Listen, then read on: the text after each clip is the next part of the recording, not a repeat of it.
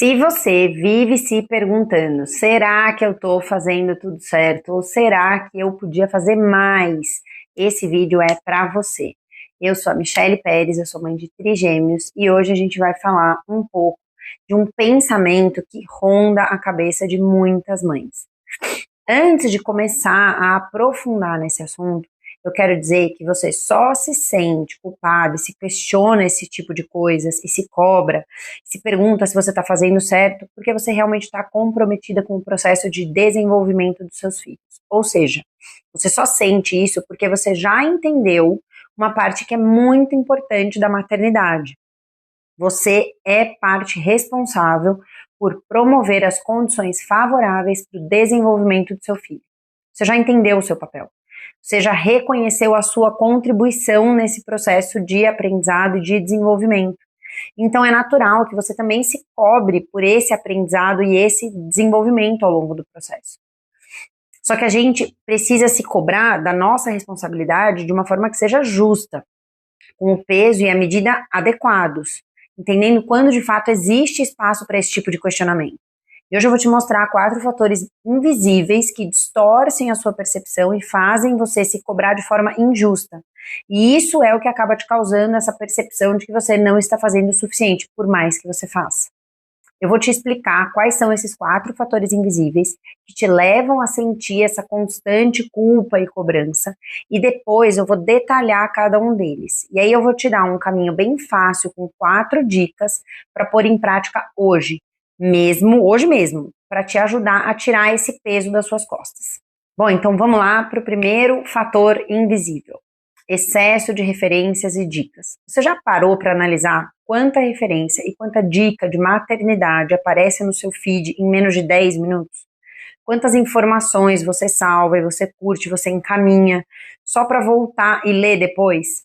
A gente salva a dica da Brinquedoteca Montessori, do glitter sensorial, daquela mãe da Finlândia que está construindo uma casinha de madeira, da proposta Waldorf da escola de não sei onde, de como a gente pode fazer a introdução alimentar, de como ensinar a andar, quais são os sinais de que a criança está engatinhando errado ou certo, como desfraldar, tudo, a gente salva tudo, porque são dicas legais.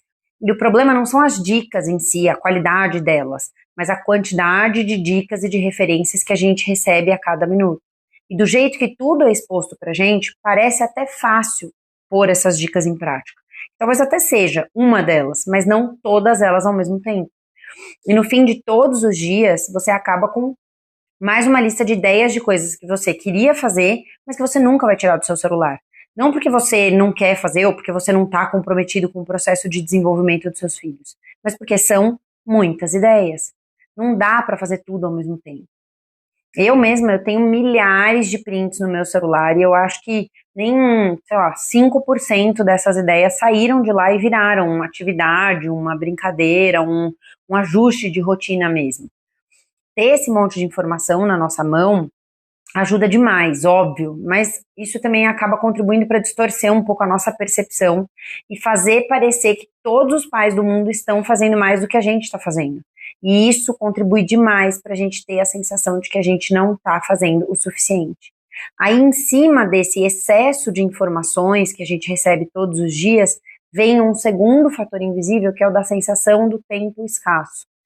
Então, entre o tanto de coisa que a gente colocou para a gente fazer, entre o home office ou o trabalho, levar na escola, buscar na escola, o tempo no trânsito, aí leva para aula extra ou na terapia, aí passa no mercado para comprar alguma coisa que acabou, aí chega em casa e tem que fazer jantar, hora do banho, lição de casa, e aí sobra o quê? 10 minutos para você fazer alguma atividade ou para brincar com o seu filho ou com a sua filha.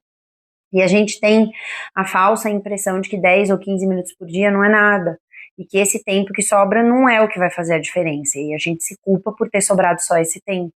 Porque a gente tem a ideia de que 10, 15 minutos é muito pouco. Mas eu te garanto que para o cérebro de uma criança, 15 minutos é mais do que suficiente para ela se desenvolver e aprender alguma coisa nova. Mas aí já já a gente vai voltar nesse assunto. E aí você pega, então, essa mãe que recebeu muitas dicas e muitas referências e muitas informações sobre a maternidade, sobre a primeira infância e sobre o desenvolvimento, e que vive em uma rotina super corrida, e você ainda soma em cima disso a maravilhosa camada da comparação, que é o terceiro fator. Sabe aquela tia da família querida que compara o seu filho com o priminho? Ou então a sua amiga que não se cansa de contar para você como a filha dela é um prodígio? Ou então a mãe da escola que tem aquele filho perfeito, né? Então, essa comparação constante aumenta a nossa sensação de não estar fazendo o suficiente. Por mais que a gente saiba que cada criança segue uma linha de desenvolvimento única, essas comparações na rotina vão sequestrando o nosso pensamento e vão criando listas mentais para a gente de tudo que os nossos filhos ainda não estão fazendo. E aí, porque a gente entende que a gente é responsável pelo processo de desenvolvimento deles, automaticamente a gente associa as coisas que eles ainda não estão fazendo ao que nós estamos deixando de fazer para que eles façam isso. Então, a gente vai fortalecendo esse raciocínio nosso de culpa e de cobrança sobre o quanto nós estamos falhando com o processo de desenvolvimento dos nossos filhos. A gente precisa lembrar que nem todas as crianças vão fazer tudo na mesma data exata. Nem todas as crianças vão andar com X meses. Algumas vão andar antes, algumas vão andar depois. E aí pode ser que essa criança que andou antes demore mais para falar do que as outras crianças. E pode ser que aquela que andou depois fale primeiro. Isso é o natural. Cada criança tem o seu tempo de desenvolvimento nas diferentes áreas, né, que ela precisa se desenvolver. E você já sabe disso, mas no fundo, quando as comparações não param, não é assim que a gente se sente. É óbvio que a gente quer que os nossos filhos aprendam tudo de um jeito fácil e que eles sejam bons em tudo e que eles sejam felizes e simpáticos e amáveis e generosos. Mas não existe essa pessoa, não dá para ser assim, não dá para fazer isso, a gente sabe disso. Mas ao mesmo tempo que a gente sabe, a gente sem perceber se permite entrar nessa onda das comparações. E isso só aumenta a nossa cobrança. E aí, como se tudo isso já não fosse o suficiente, por cima disso tudo vem um quarto fator invisível, que é a nossa própria cobrança de aproveitar a primeira infância, que é esse pico do processo de aprendizagem da criança. Na infância, a criança tem muita facilidade para aprender, justamente porque é o período onde acontece o pico da neuroplasticidade, que é a capacidade do cérebro de aprender, de formar novas conexões e de se desenvolver, de se moldar. É como se o cérebro da criança nesse período estivesse num modo turbo de aprendizado, digamos assim. Então, tudo que a criança vive, tudo que ela escuta, tudo que ela sente, tudo que ela experimenta, moldam as conexões neurológicas dela. E que bacana que cada vez mais pessoas estão falando sobre isso e mais pessoas estão ganhando consciência sobre a importância dessa etapa da vida da criança. Mas entender a importância da primeira infância não é o mesmo que dizer que se o seu filho passou dessa fase e você não fez tudo perfeito, acabou para ele. Acabou o mundo e acabaram todas as possibilidades da sua criança de ter um futuro brilhante. Não é isso. A neuroplasticidade, ela é contínua. Ela só diminui com o tempo, mas ela segue ativa durante toda a nossa vida. Então, à medida que a gente reconhece a importância da primeira infância, a gente precisa tomar cuidado para dar a interpretação, para não dar a interpretação errada para isso. Nessa ideia de que ou é agora ou não é mais, a gente começa a jogar em cima da mãe uma pressão de que essa fase é uma corrida de 100 metros, que ela precisa dar tudo de si em um curto espaço de tempo. E não é isso. Esse processo de aprendizado da primeira infância é uma maratona. E o que mais importa em uma maratona é a constância. Brincar 10 minutinhos todos os dias valem muito mais a pena do que você tentar virar uma mãe, nossa, perfeita, que queria aquelas brincadeiras incríveis que a gente vê alguns criadores de conteúdo fazendo por 3 meses. Porque daí depois você não vai aguentar, isso não é sustentável, você vai cair, vai colapsar de exaustão, porque não é humano isso. A gente tem outras coisas para fazer. Então, assim, recapitulando, esses 4 fatores, que é o excesso de informação, de dica, de referência, a percepção de pouco tempo na rotina, a comparação com outras crianças e essa cobrança que a gente tem por entender a importância da primeira infância, para aproveitar esse período, já criam por si só todos os motivos necessários para você entender, perceber a sua preocupação com o processo de desenvolvimento como se fosse culpa e cobrança. Então, para quebrar esse padrão, você precisa treinar a sua mente para dar para esses 4 fatores a importância real deles, ou melhor, a interpretação certa deles. E para isso, para te ajudar a fazer essa mudança de mentalidade, eu tenho 4 dicas bem legais que vão te ajudar nesse processo. Então, a primeira dica é: você vai pegar aquela sua pastinha maravilhosa de ideias, informações e referências e você vai abrir e você vai apagar a pastinha inteira. Você vai jogar essa pasta inteira no lixo. Acredita em mim. Se você não fez nenhuma dessas ideias, se você não colocou nada disso em prática até hoje, não é agora que você vai fazer. Então você pode apagar sem medo. E é bem provável que o algoritmo continue te entregando ideias tão boas quanto, se não melhores do que essas. Então você não vai perder nada apagando essa pasta. A única coisa que você vai perder é esse lembrete constante de tudo que você deveria ter feito com o seu filho e não fez. Então vai e apaga. E aí, a partir de hoje, se permita salvar só uma ideia por dia.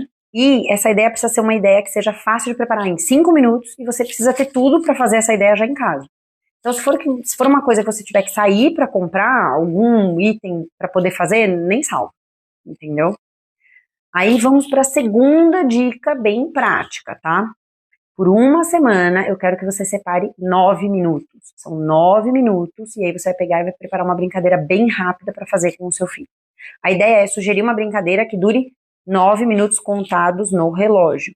E aí você vai pensar em brincadeiras que são fáceis de preparar e tem que ser algo que a sua criança, que o seu filho espontaneamente goste de fazer. Então, se você vai participar da brincadeira ou se você só vai sentar e observar, aí depende do que o seu filho ou a sua filha vai pedir para você fazer. Mas a ideia é você estar ali pelos 9 minutos, ou participando ou observando, sem mexer no celular. Mas aí lembra que não é para tentar introduzir novas brincadeiras. Ah, eu vi uma brincadeira legal. Não é para pensar no que eles já querem, já gostam de fazer. Então, por exemplo, se o seu filho gosta de montar Lego, pega uma caixa de Lego e senta com ele por 9 minutos. Se a sua filha gosta de pintar, você vai sentar com ela por 9 minutos e você vai pintar. Faz esse teste por uma semana. E eu sei que de início parece que 9 minutos é muito pouco. Mas se você fizer isso por 7 dias na semana, você vai ter brincado com seu filho, ou seu filho vai ter brincado com você ali observando 63 minutos.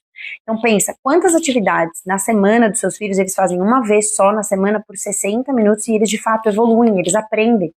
Então eu quero que você pense nisso dessa mesma forma. E no fim desses 7 dias, eu quero que você repare em 2 coisas bem simples. A primeira, como seu filho reage toda vez que você senta ali, ou para observar ou para brincar junto com ele. E a segunda, como você se sente depois dos 7 dias, que você consegue perceber que você teve ali uma rotina de brincar, sem peso, sem complicação e sem culpa. Porque é muito mais importante do que oferecer uma brincadeira perfeita é a gente oferecer frequência para os nossos filhos, tanto nas brincadeiras quanto na sua presença, na sua atenção. Então, tanto o aprendizado quanto a formação do vínculo na infância, eles precisam de frequência e de repetição. E o aprendizado e o vínculo se fortalecem no simples que se repete, que acontece todos os dias, não no elaborado que a gente faz uma vez agora e uma vez daqui a um mês de novo. Então se comprometa com esses 9 minutos todos os dias por uma semana, não pelo resultado que você vai chegar ao final de uma semana, mas pelo processo. Porque é assim que a gente começa a transformar a rotina de verdade, em um pequeno passo que se repete todos os dias. E aí a terceira dica que eu vou te dar é, durante uma semana, que pode ser inclusive essa mesma semana, preste atenção nas coisas que o seu filho já faz muito bem, com facilidade, com alegria, nas coisas que você percebe que ele faz confortavelmente, que não tiram ele da zona de conforto. Então pode ser algo muito simples, como a facilidade com que ele empilha blocos, ou monta alguma coisa, ou a facilidade com que ele te conta uma história, alguma coisa que aconteceu no dia, ou como ele consegue resolver alguns problemas com facilidade, ou como ele faz amigos com facilidade, ou como ele é simpático com as pessoas, ou como ele tem ideias que são super criativas, ou como os questionamentos dele são muito curiosos. Um dos meus filhos é assim, ele faz umas perguntas que eu penso, nossa, toda vez que ele me pergunta, antes de eu descobrir como eu vou responder a pergunta dele, que é ultra curiosa, eu fico pensando, cara, que diferente essa linha de raciocínio dele, né? Não é óbvia, as perguntas dele nunca são. E eu acho muito curioso isso. Então eu quero que você tire essa semana para você observar isso, as coisas que você percebe que o seu filho faz com naturalidade. E aí, quando você reconhece e começa a destacar essas habilidades, você acaba transmitindo, sem perceber, para os seus filhos uma mensagem muito poderosa, que é a do eu vejo você, eu valorizo você e as suas qualidades, eu acredito no seu potencial. E aí, essa valorização constante fortalece a autoestima da criança. E aí, essa autoestima cria uma base para que ela consiga trabalhar as partes em que ela tem dificuldade. Então, você, mãe, precisa entender que você é a primeira pessoa que mostra para o seu filho como o mundo vai enxergar o seu filho. Então, ao escolher destacar primeiro o que ele já consegue fazer bem, em vez de ficar focando já no que ele precisa aprender de primeira, você acaba cultivando um espaço ali de confiança, de segurança para ele ir e testar o processo de aprendizado das coisas que tiram ele um pouco da zona de conforto. E a quarta e última dica é parar de enxergar essa fase da infância como um lembrete constante, uma cobrança do que você precisa fazer hoje. Você precisa focar no que você consegue fazer hoje. Então, você precisa começar a se concentrar na ideia de que a rotina é um terreno fértil. Então, o que você escolher semear, cresce, por menor que seja. E um dia essa coisa que você semeou hoje e é pequena, ela cresce e vai ficar grande. Então, por exemplo, se hoje você conseguiu ensinar para os seus filhos a tirar a camiseta sozinho, parece muito pequeno. Mas não é. Na verdade, por trás disso, você está ensinando para o seu filho autonomia, autoestima, você está mostrando que ele é capaz, além, óbvio, das habilidades manuais, da percepção do próprio corpo. Então, isso vale muito mais do que a gente ficar, às vezes, se cobrando de preencher o dia com atividades bonitas, ou então fazer uma atividade que vai trabalhar percepção corporal, fazer uma atividade que vai trabalhar habilidade manual, fazer uma atividade que você viu que, nossa, trabalha muito autoestima, e aí uma outra atividade que trabalha muito autonomia. Às vezes as coisas mais simples já trabalham grandes habilidades que a gente precisa encorajar e estimular nos nossos filhos, e do nosso ponto de vista, elas não são brincadeiras, mas para os nossos filhos elas são, entendeu? Uma criança, ela não tem essa percepção de que tirar e pôr a roupa não é brincadeira. A gente é que tem. Para ela, tudo pode ser uma brincadeira. Então, por que não tornar esse momento um momento de aprendizado? Aquele momento, inclusive, em que você entende que a sua criança brincou de se vestir sozinha, que vocês fizeram uma competição, por exemplo, sei lá, alguma coisa do tipo, e para ela aquilo foi uma brincadeira e foi um momento de vocês juntos e você ensinou alguma coisa para sua criança, alguma habilidade que é importante para ela, para a vida adulta dela. Entender isso vale muito mais do que a gente ficar se cobrando, né, de preencher a rotina com as atividades bonitas e perfeitas que a gente vê por aí. A infância não pede produtividade, ela pede frequência, ela pede constância, ela pede presença. Então, ao invés de olhar para o que ficou de fora na sua rotina, você olha para o que você conseguiu manter de pé, para o que você sustentou e tenta perceber os aprendizados ocultos por trás de tudo que você sustentou na rotina. Porque são esses aprendizados ocultos da rotina que vão formar quem seus filhos serão no futuro. Bom, gente, eu espero que esse vídeo tenha te ajudado e se você gostou desse conteúdo, eu conto muito com o seu apoio para que ele chegue para mais pessoas. Então, para que isso aconteça, eu te peço para você me ajudar deixando o seu like no vídeo, para se inscrever no canal e para ativar o sininho das notificações. Essas ações muito simples para você são muito importantes para me ajudar a mostrar para o YouTube que esse conteúdo é realmente relevante. E isso faz com que ele chegue a mais mães que também precisam de um conteúdo como esse, tá bom? Muito obrigada e até o próximo vídeo.